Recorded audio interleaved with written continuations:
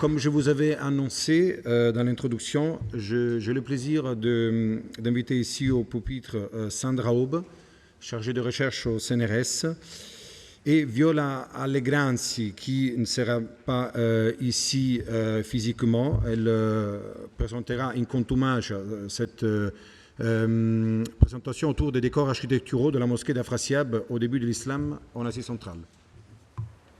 Bien, bonjour à tous et à toutes. Merci beaucoup à Franz Grenet et à Rocco Rante de nous avoir invités à donner cette communication aujourd'hui. Et merci à tous les organisateurs et notamment Delphine Poinceau d'avoir coordonné l'organisation de cet événement. Permettez-moi, avant de commencer, juste un mot d'excuse auprès de tous mes chers collègues qui présenteront une communication ou qui ont présenté une communication au cours de ces 2 journées. Pardon vraiment de vous faire cette impolitesse que de ne pas pouvoir rester durant ces 2 journées. Je le regrette d'autant plus que le programme est vraiment passionnant et je vous prie de m'excuser de ne faire que passer. L'ancienne cité d'Afrasiab, située sur les hauteurs de l'actuelle Samarcande, au nord-est de la ville moderne, a fait l'objet de passionnantes campagnes archéologiques depuis la fin du XIXe siècle. Depuis 1989, la mission archéologique franco-ouzbek, la Mahfouz, qui est actuellement dirigée par Franz Grenet et Marina Reotova, y conduit donc des missions, en particulier dans la ville haute, un secteur qui inclut une citadelle, différentes structures civiles ou religieuses et dont l'étude a d'ores et déjà apporté une contribution nouvelle à l'histoire de Samarcande depuis la période hellénistique jusqu'au 1er siècle de l'islam.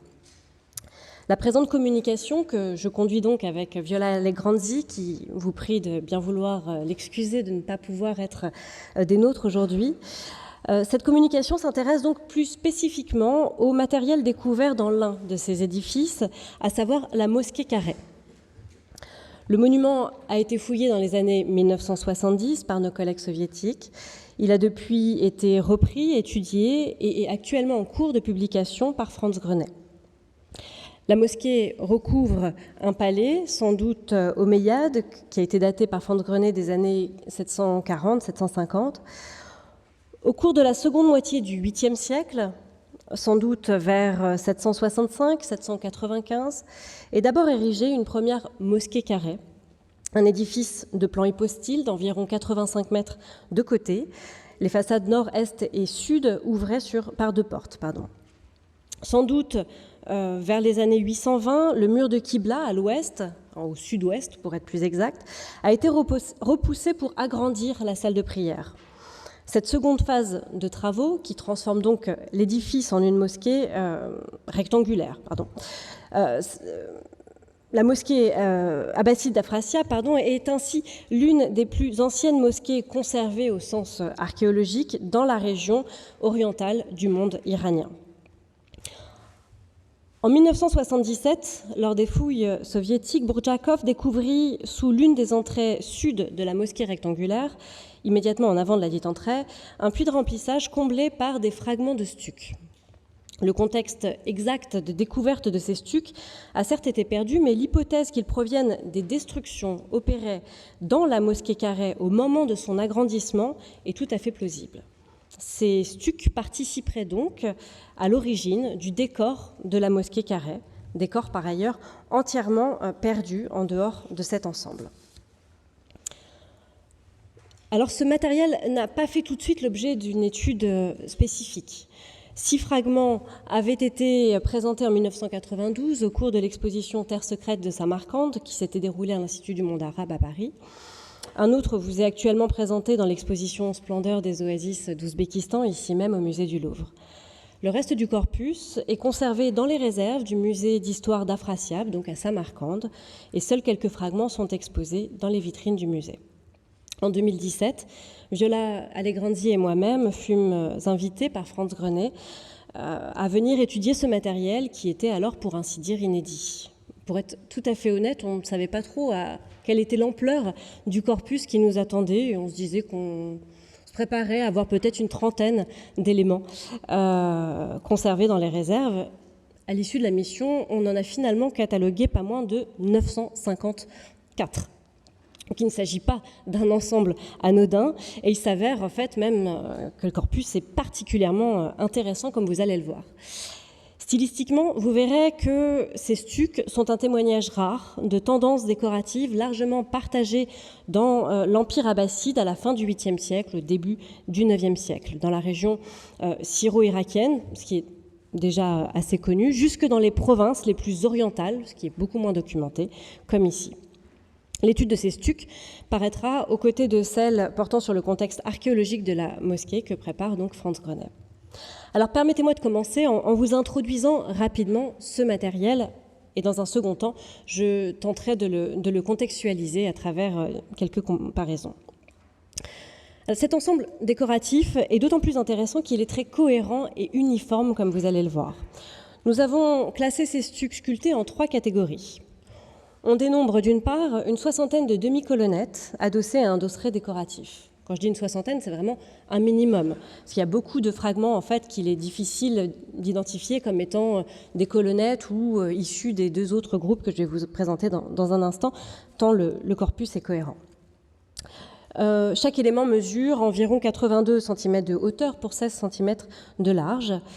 Les motifs, sculptés à main levée d'après des modèles décoratifs, sont assez diversifiés, bien qu'on identifie aisément des principes de composition récurrents, notamment des structures sinusoïdales ou des quadrillages ou encore des structures en chevron. Le remplissage est presque toujours exclusivement végétal. Certaines compositions peuvent se répéter à l'identique ou presque sur 2 colonnettes distinctes, voire même sur 3 colonnettes distinctes. Voici très hâtivement donc ce premier ensemble. À côté de ce premier groupe, on dénombre plus de 200 fragments de panneaux rectangulaires d'environ 90 cm de hauteur pour 27 de large. Ils se caractérisent par une composition verticale, presque toujours surmontée d'un arc semi-circulaire animé de cercles creusés. Sous cet arc se développe un décor végétal continu qui suit bien souvent les mêmes principes de composition, les mêmes principes structurels que ceux observés sur les colonnettes. Les 2 ensembles, donc colonnettes et panneaux rectangulaires, étaient sans conteste contemporains l'un de l'autre. Ils ont été réalisés par les mêmes artisans à partir des mêmes modèles décoratifs. Le 3e et dernier ensemble est constitué de panneaux en niche. Chaque panneau mesure environ 46 cm de haut pour 55 de large. La niche présente une dizaine de centimètres de profondeur. Elle est encadrée d'une archivolte, puis des coinçons, comme vous pouvez le voir.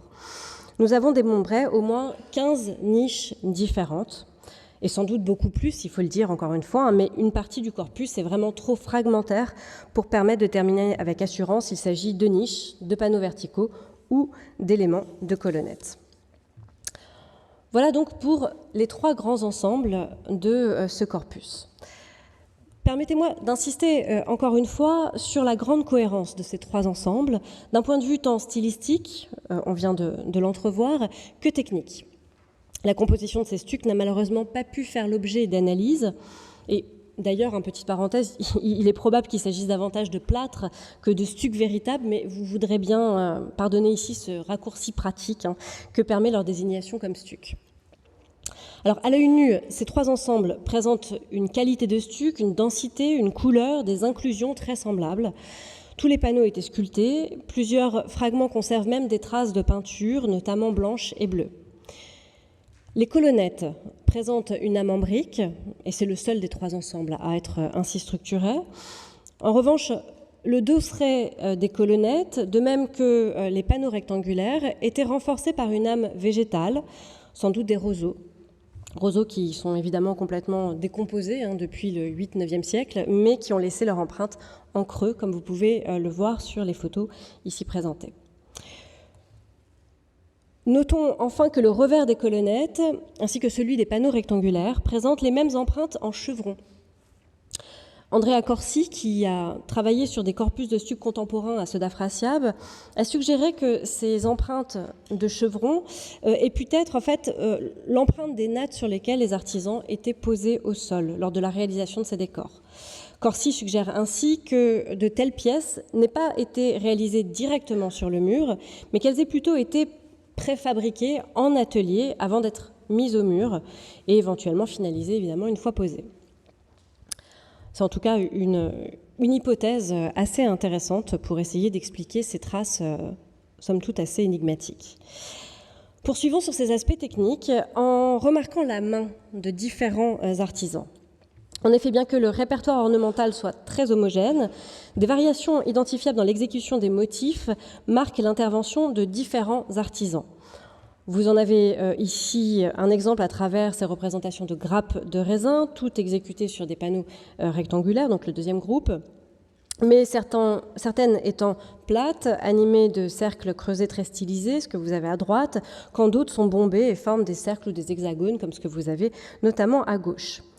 Plus parlant peut-être est sans doute la sculpture même des arcs dans ces mêmes groupes de panneaux rectangulaires, certains étant plats et très stylisés, ce que vous avez à gauche, d'autres au centre marqués par une seule ligne denticulée, et certains, à droite, n'étant même plus animés de ronds creusés. Tous apparaissent en fait comme autant de variations d'un même modèle, interprétées différemment selon les artisans. Alors les exemples pourraient être ainsi multipliés, tels que ces deux fragments de demi-colonnettes qui partagent exactement la même composition, mais dont le remplissage clairement a été exécuté, sculpté par des mains différentes. Alors pour résumer, nous avons donc 3 ensembles très homogènes réalisés par une même équipe qui rassemble différents artisans. Ces 3 ensembles participaient donc d'un même décor provenant très probablement des parois, internes ou externes, on saurait le dire, de la mosquée carrée d'Afrasiab. Les hypothèses de reconstitution sont ouvertes. Les correspondances entre les colonnettes et les panneaux rectangulaires, tant dans leur proportion que dans la nature de leur décor, nous invitent à les rapprocher, sans doute sous la forme d'une alternance panneaux-colonnettes, analogue à ce que vous voyez ici à l'écran, notamment sur la gauche. Était-il surmonté des panneaux à décor de niche, à l'instar de ce que vous voyez sur la droite? Constituait-il une séquence continue, un décor d'arcature? Le nombre d'éléments retrouvés tendrait à les suggérer. En admettant l'hypothèse d'une telle disposition, il manque alors quelques éléments de transition, tels que par exemple les chapiteaux au-dessus des colonnettes qui semblent évidemment manquer. Mais vous verrez en tout cas que les comparaisons que nous allons vous proposer tendent à conforter une hypothèse de reconstitution de ce type. Ce sont donc ces comparaisons que je vous propose de regarder à présent. La tradition d'un décor architectural en stuc de ce type semble arriver à Samarcande après la conquête arabe. Le stuc est rarement utilisé dans l'art sogdien, exception faite notamment du décor du palais de Valarcha près de Boukhara, mais qui remonte justement sans doute à une des phases de reconstruction du 8e siècle. L'iconographie et le style y sont, quoi qu'il en soit, très différents de ce que l'on observe à Afrasiab. En revanche, des parallèles forts peuvent être établis entre les stucs de la mosquée carrée et le répertoire ornemental, donc de la fin de la période omeyyade, première période abbasside, qui est observable sur un vaste territoire qui s'étend de la Syrie actuelle jusque dans les provinces orientales du califat, à Balkh ou à Samarcande. Les panneaux à décor de niche sont peut-être ceux pour lesquels les comparaisons sont les moins évidentes. Vous me permettrez donc de commencer par eux.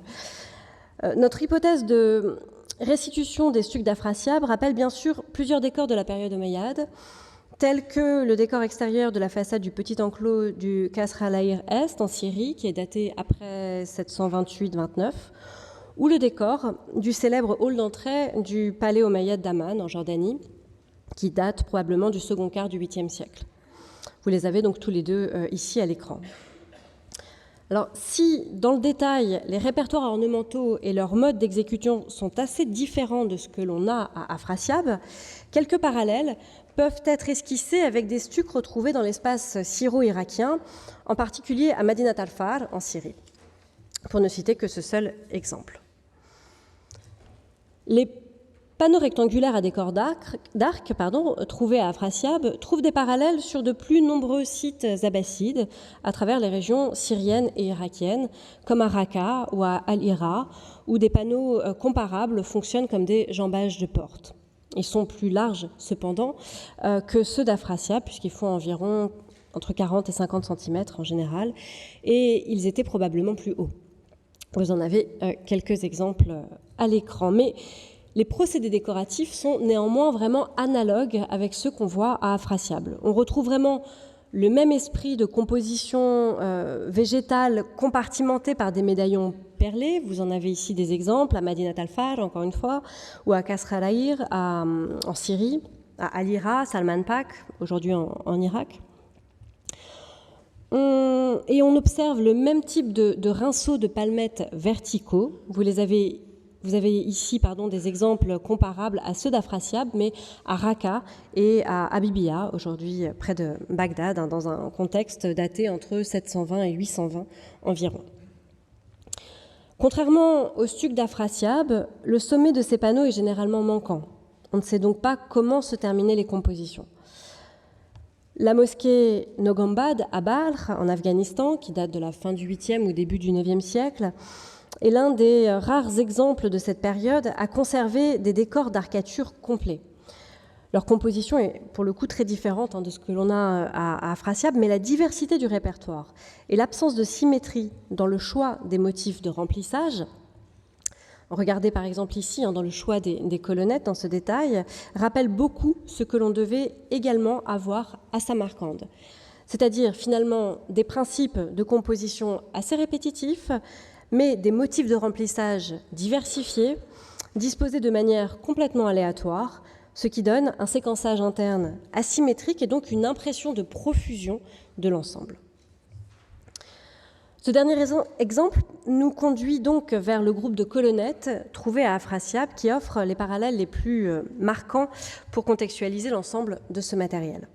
Là encore, des exemples comparables aux colonnettes d'Afrasiab ont été documentés sur un vaste territoire, depuis l'actuelle Syrie, notamment le Ras al-Aïr al-Sharqi, l'Irak, Al-Hira ou Abibia, ou encore en Iran, à Suse notamment, sur des niveaux islamiques remontant au 8e ou au début du 9e siècle. Ce sont parfois exactement les mêmes modèles qui circulent, ce qui est particulièrement intéressant, comme vous pouvez le voir ici sur les exemples qui sont projetés, où on retrouve vraiment le même décor de colonnettes tant à Afrasiab qu'à Madinat al-Fajr en Syrie, à Bibia en Irak ou à Balkh en Afghanistan. Mais le parallèle le plus frappant à mes yeux est sans doute celui qu'on trouve dans les structures islamiques du site de Salman Pak, donc à Ctésiphon, en Irak aujourd'hui, un site qui date probablement de la seconde moitié du 8e siècle. Car, outre l'emploi des mêmes modèles décoratifs qu'à Afrasiab, on observe des dimensions vraiment comparables, on est sur des largeurs de 15 cm, donc c'est complètement analogue à ce qu'on a à Afrasiab, et jusqu'au même négatif en chevron au revers, qui semble donc désigner une préfabrication en atelier. Donc, le parallèle entre ce site en Irak de Salman Pak et Afrasiab est assez saisissant. Alors, que retenir de ces comparaisons ? Que le corpus d'Afrasiab confirme l'existence d'un répertoire artistique partagé à travers l'Empire abbasside dans des décors de stuc sculptés depuis la Syrie jusqu'en Ouzbékistan actuel, l'exemple d'Afrasiab restant toutefois le cas le plus oriental qui nous soit connu. Ce constat implique un transfert des modèles décoratifs et une mobilité des artisans sur de très longues distances, selon des modalités qui restent encore à étayer. On peut imaginer que les gouverneurs arabes en fonction dans les provinces orientales du califat se déplaçaient accompagnés non seulement de garnisons militaires, mais aussi de maîtres artisans capables de mener à bien des projets architecturaux majeurs, sans doute avec la collaboration d'ouvriers locaux, et de répandre le vocabulaire artistique abbasside dans ces provinces. Dans le même temps, il est intéressant de souligner une fois encore la grande homogénéité des stucs retrouvés dans la mosquée abbasside d'Afrasiab, qui relève vraisemblablement d'une seule campagne de décoration. Les stucs étaient sculptés à main levée, en suivant des modèles décoratifs qui donnaient des indications globales sur la composition, mais laissaient les artisans exécuter les motifs de remplissage librement. La main des artisans est ainsi décelable. Que retenir quant à la chronologie de ce matériel ? Les données archéologiques et numismatiques ont conduit Franz Grenet à dater les premières phases de construction de la mosquée carrée, à laquelle les stucs présentés appartiennent sans doute, à une période inclue entre le dernier tiers du 8e et le début du 9e siècle.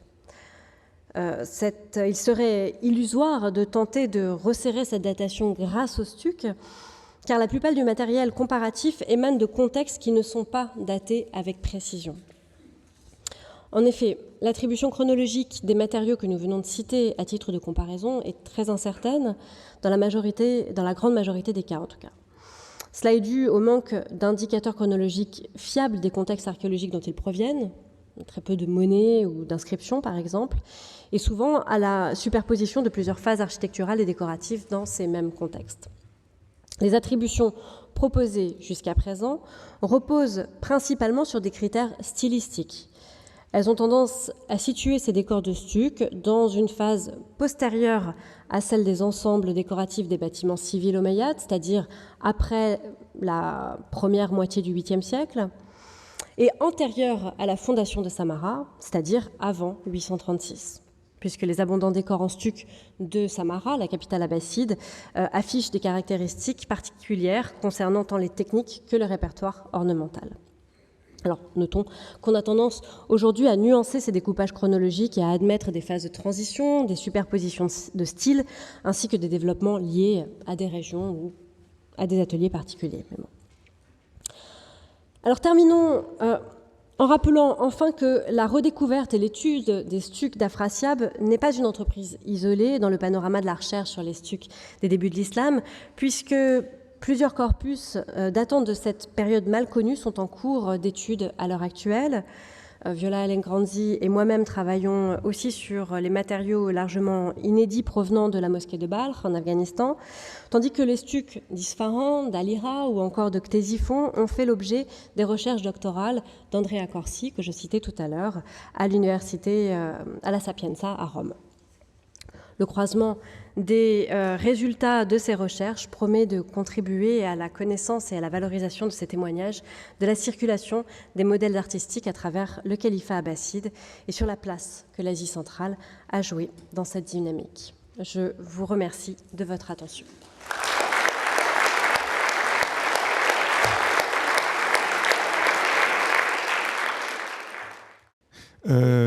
C'est plus une remarque qu'une question, mais Shahriar Adl se base sur ma chronologie des Barmécides oui. Pour dater nos gombades de la fin du 8e siècle. C'est très très fragile. Hein, voilà. Oui, tout à fait. Merci beaucoup de ta remarque, Étienne. Effectivement, d'autant plus que les dernières fouilles qui ont été conduites par la DAFA sur le site montrent bien qu'en fait, il y a quand même différentes phases, clairement, de construction pour nos gombades. Et il y a encore un travail vraiment de traitement du matériel et des structures découvertes qui méritent d'être fait à nos gombades et qui, on peut l'espérer, permettra de un peu mieux comprendre la chronologie du site de nos gombades et donc peut-être apporter de meilleurs éléments comparatifs pour nous à Afrasiab. Mais Franz voulait intervenir ? La chronologie que tu as indiquée pour la mosquée carrée, que j'ai proposée préalablement, est une chronologie prudente. Hein. J'ai pris un diapason de 30 ans, 765-795, qui paraît bien assuré. Maintenant, il est quand même possible de presser un peu plus les données stratigraphiques archéologiques. Il y a des indices qui tendraient plutôt à indiquer peut-être les années 780. Contexte assez favorable parce que c'est le lendemain de la répression de la révolte de Moukhana, le moment où se réaffirment les institutions islamiques. Il se trouve que Barthold avait signalé des inscriptions sur des briques de la mosquée qui portait le nom Moussaïab, qui est un nom rare. Or, c'est le gouverneur qui vient juste à ce moment-là. Le problème, c'est que Barthold a vu ces briques, mais que nous n'en avons jamais retrouvé. Bien. On arrive quand même plutôt à serrer vers la fin de la période. Fazl Ben Yahya, pourquoi pas, si on cherche quelqu'un qui venait, un personnage puissant, qui venait des provinces centrales du califat, c'est évidemment à lui qu'on pense. Et c'est évidemment un gouverneur qui a amené avec lui une équipe qui a fait travailler des artisans locaux, mais selon des modèles qui avaient été bien expérimentés ailleurs. Voilà, Alors, je ne sais pas si ça a été remis en discussion depuis, mais la mosquée d'Isfahan, le premier état daterait de 772. Donc, alors peut-être ça vient. Alors, tu n'as pas montré tous les décors, peut-être parce qu'elles sont sous étude maintenant, mais il y a des des typologies qui se rapprochent beaucoup de mais ce alors du coup, Andrea Corsi, qui a pas mal travaillé sur ce site, montrait en fait qu'il y avait plusieurs phases aussi à Ispahan. Et il allait un petit peu plus dans le détail, effectivement, dans la chronologie comparative. Après, Ispahan, alors c'est un site ultra intéressant pour les stucs, mais finalement, nous, nos comparaisons à Frasiab, c'est pas les plus. Enfin, je veux dire, on a des similitudes tellement évidentes avec d'autres sites que finalement, c'est pas le site le plus évident en termes de comparaison pour Afrasiab. Ouais. Il est vrai qu'à Isfahan, il y a une stratigraphie qui est assez, aide beaucoup par rapport à la reconstitution des différents états, succession des stucs. Oui, tu as mentionné ici, il y a une seule phase. Pour ces stucs-là, oui. Clairement, en fait, l'ensemble est tellement homogène qu'on peut discuter la datation, mais une chose est sûre, c'est qu'ils ont été mis en place ensemble, en fait, très clairement. Mais tu as tout à fait raison, Isfahan, ça reste quand même un des rares sites pour lesquels, au moins, on a une chronologie un peu plus étayée pour dater ces stucs. Et c'est toute la difficulté, en fait, de dater ces ensembles de corpus, en fait, c'est que rares sont les sites sur lesquels, en fait, la datation est vraiment s'appuie sur des éléments convaincants, disons, étayés. On voit là une fleur, la fleur de lys. Donc là, c'est la période abbasside. Est-ce qu'elle ne vient pas de la période omeyyade? Je ne sais pas exactement de quelle... qu'est-ce que vous désignez fleur de lys ici? Mais en tout cas, clairement, très clairement, il y a un glissement de motifs évident, effectivement, entre la fin de la période abbasside, la fin de la période omeyyade et le début de la période abbasside, où effectivement, il y a toute une série le répertoire ornemental est évidemment très proche, même si après, effectivement, en fonction des sites, on va retrouver des styles qui vont être un peu différents. Mais oui, bien sûr, il y a des formes ornementales qu'on trouve déjà à la période omeyyade, et même pour certaines, bien avant, en fait. Donc, ouais. Merci beaucoup. J'ai une question sur votre comparaison de qu'est-ce qu'on trouve à Ouzbékistan avec l'autre Stako à Iraki et aussi à Syrie. En fait, c'est un terrain assez grand. C'est dans la période abbasside. Est-ce qu'il y a le système fait la décoration ou fait le stucco dans la même période abbasside, le terrain de l'abbasside? C'est mon question. C'est pourquoi il a utilisé la même technique, le même stucco. C'est pas le même, tout à fait même décoration, mais c'était très proche de technique où c'est des décorations tout à fait. Donc, mon question est s'il y a le système où il y a on trouvait quelques documentaires. Il a dit il a fait comme ça dans la même technique. Merci beaucoup de votre question. Moi, ce sont des questions alors sur lesquelles on a peu de réponses à ma connaissance, mais qui sont particulièrement intéressantes, de savoir effectivement comment circulent finalement ces ces styles et ces modèles parce que on parle quand même, enfin les comparaisons que j'ai montrées pour certaines sont quand même tellement éloignées d'Afrasiab quand on voit exactement le même type de colonnette à Ctésiphon ou à Madinat al-Far par exemple. Moi la première question effectivement qui me vient c'est quel est le processus en fait de circulation des artisans, des modèles, etc. Et là-dessus, malheureusement, sauf si certains ici auront d'autres hypothèses, d'autres éléments, mais il me semble qu'on a justement très peu de documentation, ou rien même, pour permettre de travailler là-dessus. Par contre, ce qu'on peut, notamment en s'intéressant aux périodes un peu plus récentes et donc aux procédés de transmission des décors à des périodes plus récentes qui sont un peu mieux documentées. Clairement, moi, mon hypothèse, en tout cas, c'est qu'on a en tout cas une équipe qui circule avec des modèles décoratifs, en fait, qui peuvent être reproduits et circuler avec les artisans. Après, très clairement, je pense que quand on est sur un site comme celui-ci, on a peut-être un maître artisan ou quelques ostades qui vont se déplacer depuis très loin pour superviser la décoration d'un chantier comme celui-ci. Mais après, on a forcément une association avec des équipes locales.